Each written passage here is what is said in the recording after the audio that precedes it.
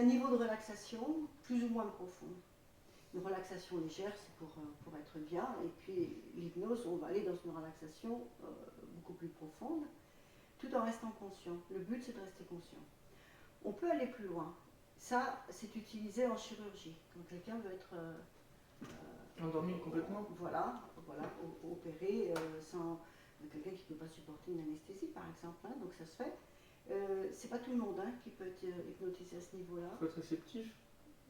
Voilà, il faut déjà l'avoir fait, être plus réceptif. Bon, donc c'est quand même particulier. Nous, notre but, c'est justement que la personne reste consciente et le rôle de celui qui amène, c'est de l'emmener. C'est de l'emmener. Mais c'est la personne qui va avoir les images, qui va avoir les ressentis, qui va avoir ce qui se passe. Ça peut être des couleurs, ça peut être des fourmillements, ça peut être. C'est son corps, ça va aller dans son corps, ça va aller. Voilà, c'est lui c'est sa connexion, c'est ce qui va se passer en lui. Et c'est au thérapeute de l'amener à découvrir.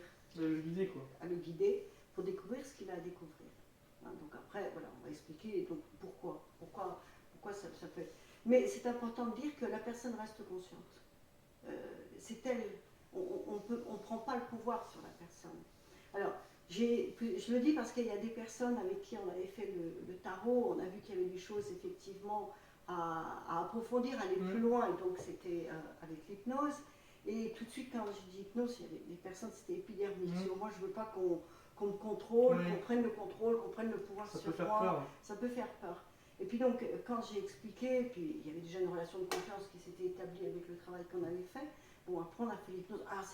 C'était très bien, voilà, donc c'était très bien. Et après j'ai eu une dame, après j'ai eu Marie, après j'en ai eu d'autres.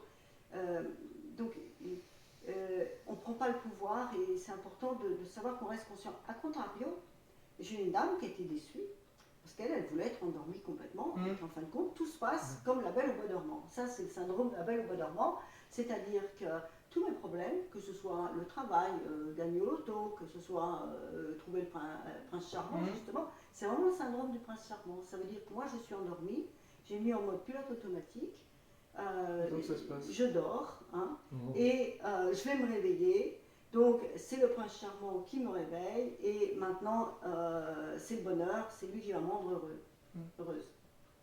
Ça c'est vraiment le syndrome, je dis ça, c'est pareil pour un homme que pour une femme, mais on croit que ça va venir de l'extérieur. Non, et donc, de soi. Voilà. Et je me souviens de cette personne, alors c'était même en stage, c'était ah bon, alors c'est normal de ne pas être. Elle a cru qu'elle n'avait pas réussi le niveau d'hypnose. Non, on ne cherche pas à faire ça. C'est pas à l'individu extérieur de solutionner, de trouver le problème. Oui, ça peut venir avec soi. Même si à un autre niveau, si c'est au niveau d'un mal-être psychique, voilà, l'hypnose c'est très pertinent. Ça peut être aussi physique. On verra après, il y a aussi la guérison somatique, donc on se sert des mêmes techniques à peu près. Bon. Si c'est physique, c'est la même histoire. Si on s'en remet qu'à l'extérieur, que ce soit l'allopathe, l'homéopathe, l'énergéticien, le chirurgien, le guérisseur, le robouteux, qui tu veux, si en parallèle on ne comprend pas pourquoi on a quelque chose, un dysfonctionnement, c'est pas normal d'avoir un dysfonctionnement. Bon, donc on s'en remet à l'extérieur. Ça, c'est se soigner. Et tu peux l'écrire soi, nier. Nier le soi. C'est-à-dire que tu n'existes pas, tu t'en remets à l'extérieur, quel qu'il soit, pour faire ce qu'il a à faire. Et ça peut marcher dans un premier temps. Par exemple, un chirurgien peut enlever, c'est un stade trop avancé de quelque chose qu'il faut enlever, il enlève. Sauf que des fois ça revient parce que si on n'a pas en parallèle voulu comprendre pourquoi on a eu ça. Il n'y a pas de hasard, ça n'arrive pas au hasard. Même un accident n'arrive pas au hasard. Voilà. Donc ça va être. C'est pour ça que c'est important de ne pas se soigner mais de guérir. Et dans le guérir, on a aussi gai, comme être gai, et rire. C'est-à-dire qu'on est dans la connexion, dans sa connexion, dans la connexion de son mental supérieur. On est à un autre niveau. On est dans cette dimension humaine. Voilà. pourquoi je parle de ça? Parce que c'est ce que je préfère faire en hypnose. L'hypnose peut être utilisée pour, on en a parlé l'autre jour, Oui. arrêter de fumer. Bon, ça peut être aussi pour perdre du poids, ça peut être pour des phobies, ça peut être pour beaucoup de choses. C'est vrai que c'est pas des choses qui m'intéressent le plus. Ou alors, par exemple, la perte de poids, c'est remonter à l'origine. Pourquoi on a eu besoin d'avoir ce poids sur soi, de prendre sur soi. Enfin, c'est plus ce côté-là qui est moi je trouve intéressant. Ouais, plus une démarche de thérapie, quoi, de comprendre pourquoi, ce qui s'est passé et autres. Oui, et d'aller à l'origine. Parce que sinon, ça marche plus ou moins. Ça va marcher exactement comme mon exemple du chirurgien. Il va enlever, ok, c'est guéri. Mais ça va revenir ailleurs. On n'a pas compris. Si on ne prend pas le temps de comprendre. Il peut aussi, alors, servir aussi à accéder à la partie la plus noble de soi. On n'en est pas conscient, on ne nous l'a pas appris. À l'école, on nous apprend, c'est un peu, à faire beaucoup de choses, hein, à acquérir des compétences qui sont matérielles, qui sont physiques, et de raisonner avec notre cerveau. Hein, bon. Déjà, celui qui est un peu poète, ça devient même un peu péjoratif, hein, celui qui est un peu plus créatif, qui utilise l'autre cerveau. Bon, alors imaginons celui qui est connecté, comme on dit, il faut avoir les pieds sur terre, mais là n'empêche pas l'autre, au contraire, il faut avoir les pieds sur terre pour pouvoir être connecté et être dans cette dimension supérieure. Alors pourquoi cette dimension supérieure? Parce qu'elle fera la différence, en fait, pour moi c'est une grande différence entre l'homme moderne et l'homme nouveau. L'homme moderne, il est enfermé dans son carré. C'est-à-dire qu'il peut être remarquable et faire des choses remarquables dans son domaine et être au niveau d'excellence. Mais il ne fait que répliquer ce qu'il a appris. Il répète ce qu'il a appris. Il a un clone du système, de ce qu'il a appris. Il est dans le progrès. Donc il pense, il est dans le progrès, mais il n'est pas dans l'évolution. L'homme nouveau, lui, il va être dans l'évolution, il va sortir du carré. Tu vois ce que je veux dire? Je crois que j'ai compris. Ouais. Donc le carré, par exemple, alors, quand on dit les scientifiques, pour moi, il y a une grosse différence entre les techniciens des sciences, qui restent dans leur carré, et qui peuvent être excellents. Et les chercheurs, peut-être. Voilà. Et ceux qui vont sortir de ce carré, et ça c'est l'homme nouveau, et eux c'est les vrais scientifiques. Mais les vrais scientifiques, ils sont aussi philosophes, ils ont accès à une autre dimension. D'ailleurs, il y a beaucoup de chercheurs qui trouvent, alors qu'ils ne peuvent pas démontrer ce qu'ils ont trouvé. Et ça vient bien par autre chose que les cinq, on n'a pas que les 5 sens physiques.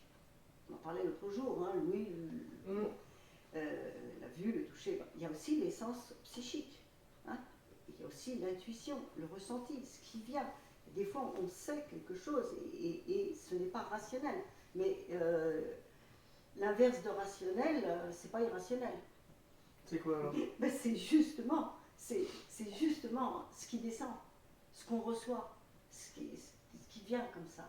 Et il y a des chercheurs, beaucoup de chercheurs qui ont trouvé et qui ne pouvaient pas le prouver. T'as Galilée, qui n'arrêtait pas de dire que la Terre tournait, que la Terre n'était pas le centre de l'univers, et qu'il le savait, il l'avait observé, c'est lui qui a inventé les lunettes pour observer les astres. Il l'avait calculé aussi. Jupiter, comment? Il l'avait calculé aussi. Et il a fait beaucoup aussi d'observations, il a fait beaucoup de recherches, d'ailleurs il n'a pas eu ses diplômes, hein, de médecine, il est parti avant, bon, il a été enseigné par les plus grands mathématiciens, mais il n'a pas eu ses diplômes. Par contre, il a fait beaucoup d'observations, beaucoup de recherches et beaucoup de découvertes. Et par contre, il ne pouvait toujours pas le prouver. Il a été traité d'hérétique. Hein? À l'époque, on les brûlait. Osait dire que la Lune avait sa propre lumière, alors que lui disait que ça venait du Soleil, c'était par reflet. Osait dire parce que lui disait que si un glaçon flotte, c'est parce qu'il n'a pas la même densité que l'eau. Et c'était un hérétique, rien que de dire ça. Parce que le scientifiquement prouvé, qui ne veut absolument rien dire, la preuve, était établi dans leur carré que c'était comme ça et pas autrement. D'accord? Donc eux parlent de progrès quand tu peux, au lieu de laver à la main, maintenant tu pousses sur un bouton pour qu'une machine lave pour toi, c'est un progrès physique, ce n'est pas une évolution. Pour évoluer, il faut sortir du carré. Pour sortir du carré, il faut être dans sa connexion. Il faut avoir autre chose. Et Galilée, il faisait partie, comme Copernic, comme les grands, comme Newton, comme Pythagore. Pythagore, avant lui, avait déjà fait ses observations, bien avant lui. Mais c'était des gens qui étaient reliés. Pythagore a inventé les écoles de mystère, il a inventé la musique, enfin, il y a toutes les notes de musique, tout vient de Pythagore. Mais c'était des gens qui étaient dans une reliance. C'est ça l'homme nouveau. L'homme nouveau qui, en fin de compte, c'est le génie, l'homme nouveau. Tu me suis là-dessus? J'ai l'impression que je comprends. Hein. Quand tu prends Van Gogh, les débuts de Van Gogh, j'ai un de ses tableaux, enfin non, pas un vrai. Il va falloir que tu me fasses assurer après. C'est une copie que moi j'ai faite. C'est vrai? Un des premiers, personne ne reconnaît Van Gogh dans ce premier tableau. Parce qu'au début, il copie des maîtres. C'est pas Van Gogh. C'est quand il devient Van Gogh, la fougue de Van Gogh, qu'il devient Van Gogh et qu'il est génial. C'est le génie là. Alors, il y en a qui disent, bon, il était un peu fou. Bon, c'est vrai que des fois, pour connecter avec son génie, il y en a certains qui boivent, comme Rimbaud. Bon, il y en a d'autres qui prennent des drogues. En hypnose, on n'a pas besoin de tout ça. C'est la bonne nouvelle. Voilà. Et voilà, c'est avoir accès à aux parties génie, à la partie noble, la plus belle partie de l'être humain. Et on a tous un mental supérieur. En moyenne, dans l'humanité, le mental supérieur à un niveau de pois chiche. Voilà. À nous d'en prendre conscience déjà. Déjà, si on n'en a pas conscience, il va rester à l'état de pois chiche. Si on en prend conscience et si on le nourrit, voilà, on va se relier à ça et le faire grandir, et faire autre chose. Et c'est là où l'humanité, c'est là où petit à petit on arrive à se dégager un petit peu, s'extirper de cette race humaine où on est tous plus ou moins enlisés. Aller vers le beau, hein, et la plus belle partie de soi. Si on a une mission sur Terre, quelle qu'elle soit, une toute petite mission, hein, mais très importante, une mission avec un petit thème, s'il y en a une, c'est s'occuper de son incarnation. D'accord. Voilà. Et d'aller trouver la plus belle partie de soi et de la faire vivre. Quand on dit que, je ne sais pas si c'est vrai, que Gandhi avait une aura de 2 km, bon, c'était pas 2 km, je ne sais pas, c'est beaucoup, mais avec tranquillité, avec sa voix douce, il a bougé tout un pays, qui est quand même l'Inde. Hein. Voilà, moi, ce qui m'intéresse, surtout en hypnose.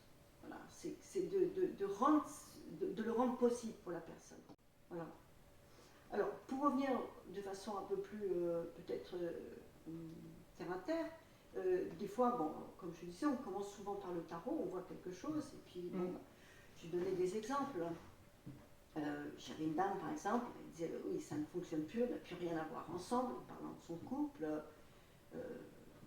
mais je n'arrive pas à en changer, alors qu'elle est encore relativement jeune, mais j'ai peur de la solitude, et j'ai peur de faire du mal. Alors que ce sont des fausses croyances, parce que l'autre est prêt aussi, puisque ça ne va pas du tout, et qu'il y a même très peu de coopération, c'est vraiment... Alors, on est allé à l'origine de cette fausse croyance, hein, dans son jeu de tarot, et après on a repris rendez-vous, on l'a traité en hypnose. Et en hypnose, on est remonté à l'origine de j'ai peur d'être seule, de me retrouver seule. Et en fin de compte, on était à l'âge de ses 7 ans. L'âge de ses 7 ans, on est tombé pile sur 7 ans. Ça aurait pu être 6, 8, 9, enfin. Mais cet âge-là, il est quand même très important parce qu'on l'appelle l'âge de raison, c'est pas pour rien. Hein.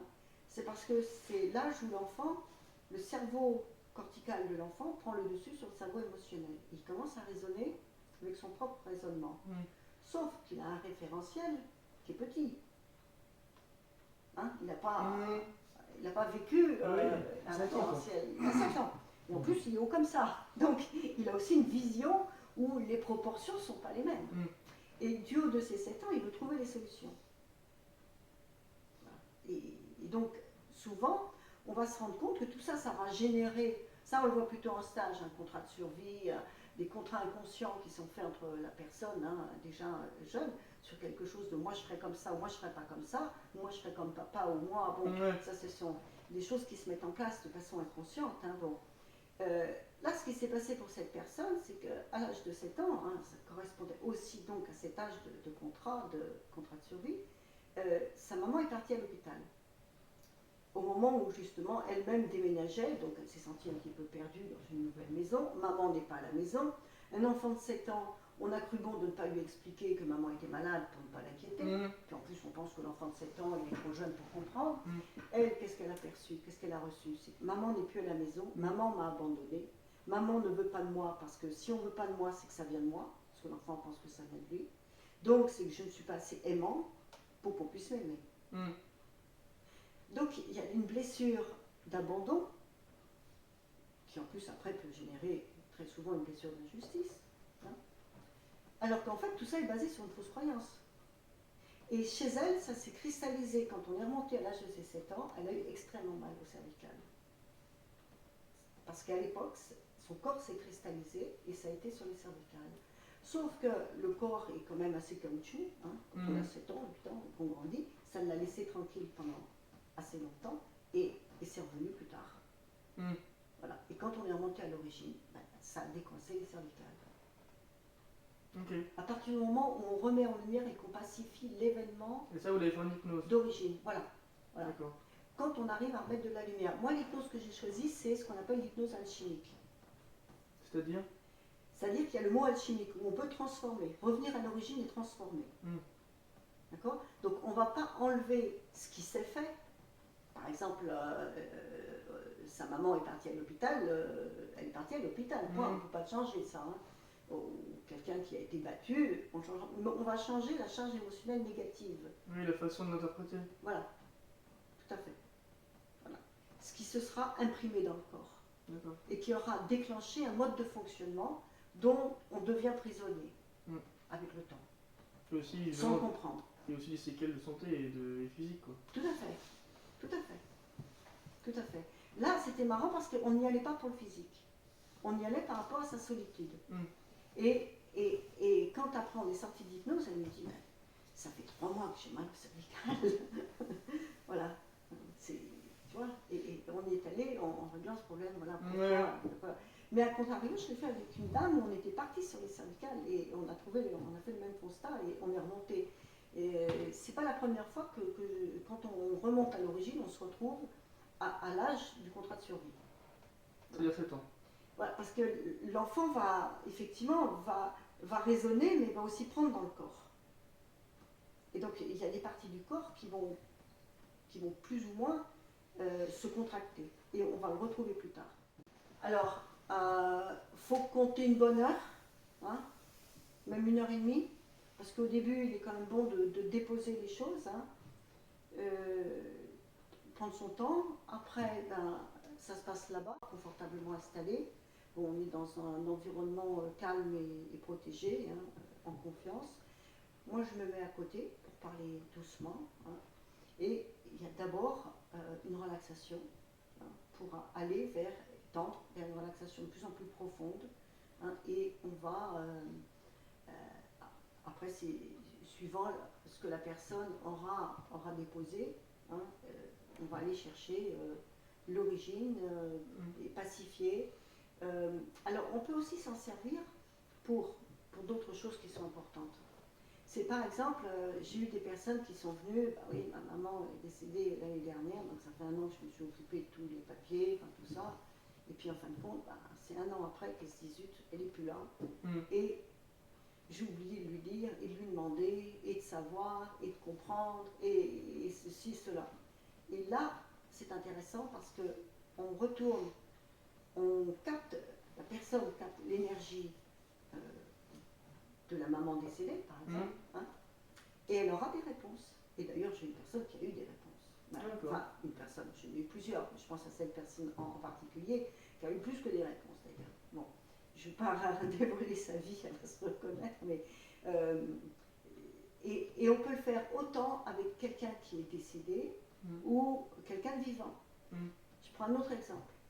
Quelqu'un qui a énormément de difficultés pour communiquer avec un membre de sa famille ou un membre au travail ou quelqu'un. Ouais. Voilà. J'arrive pas. Voilà, j'ai un truc qui est là, j'arrive pas à lui dire. Eh bien, ça va se faire au niveau éthérique. D'accord. Et il aura des réponses par rapport à l'autre. Et c'est magique. Parce qu'après, subitement, il y a un coup de fil. Alors que c'est une personne à qui on ne parlait plus depuis des années. Tu vois ? Ou si c'est quelqu'un qu'on côtoie au travail, il va y avoir quelque chose qui va se mettre en route qui va être beaucoup plus doux et harmonieux. Quelque chose qui est pacifié. Parce qu'on l'aura fait au niveau éthérique. Éthérique, c'est les corps. On a plusieurs corps. Corps prend un S au singulier. Voilà, c'est pas un hasard. On a plusieurs corps, donc on va contacter la personne à un autre niveau. D'accord. Qu'elle soit vivante ou décédée. Et on peut aussi s'en servir pour aller dans des vies passées.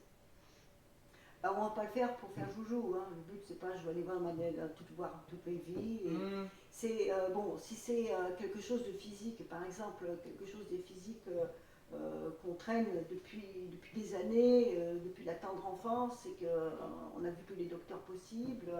Et très souvent, si ça date de très longtemps, et qu'en plus on était jeunes quand on avait mal, je dis n'importe quoi, mais à l'épaule, c'est qu'on est revenu avec.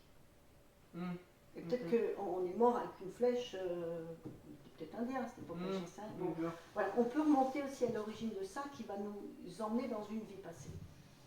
On a aussi un autre volet de l'hypnose, hein, qui est, on s'en sert aussi avec d'autres techniques pour la guérison somatique. On somatise, hein, un enfant à rentrer des classes, qui a mal au ventre, hein, ça s'entend fréquemment, ou mal à la tête, alors qu'en fait il n'y a rien. Donc c'est bien de la somatisation. Oui, bien sûr. Hein. Le malade imaginaire, oui. Hein, ça a été traité, ça, je pense, hein, par un grand. Donc, le corps va effectivement exprimer là où on n'arrive pas à mettre des mots. Donc, on va somatiser. Et donc, la guérison somatique, on va faire appel à l'intelligence innée du corps. Il y a une intelligence, tout comme il y a une intelligence qui est la création. Hein. Certains l'appellent Dieu. C'est nous, c'est la création. Ce que je voulais dire, c'est déjà, on a vu que quand on fait des expériences avec des effets placebo, hein, on prend deux catégories de personnes, celle-ci reçoit les médicaments, celle-ci ne les reçoit pas mais ne le sait pas. Hein, et donc il y a 30% de cette population qui se guérit croyant avoir reçu le médicament. Oui, ça marche très bien le placebo. C'est fort ça marche très bien ça. C'est fort, on ne parle pas de 0,5%, hein, on parle de 30%. Donc, si on est capable de somatiser, on est capable de guérir la somatisation en faisant appel à l'intelligence innée du corps. D'accord ? Donc au début, ça va se passer un peu pareil, une relaxation profonde. Hein ? Donc l'individu reste conscient. Et on va inciter le corps à bouger comme il a besoin de bouger pour la réparation.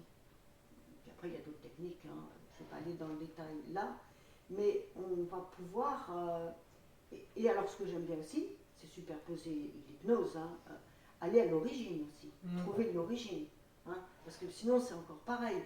On peut faire la séance simplement de guérison somatique, où la personne peut passer peut-être sur une échelle de 0 à 10, elle est venue avec 8 en douleur, elle ressort, elle a peut-être que 4, ça a baissé de moitié, c'est mieux, après une autre séance, c'est mieux, mais ne pas comprendre l'origine, c'est dommage.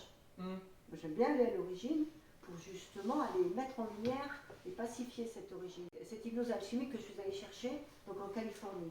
Bon, c'est vrai que j'ai un cursus aéronautique quand même aux États-Unis, donc j'y suis retournée pour l'hypnose, parce que c'est quand même des gens très pragmatiques, où il y a beaucoup de pratiques. Hein, donc ça a été sur plusieurs mois, ça a été intensif, et on pratique énormément. Donc tout ce qu'on apprend, on le pratique, on le touche, on le vit, on le met en pratique.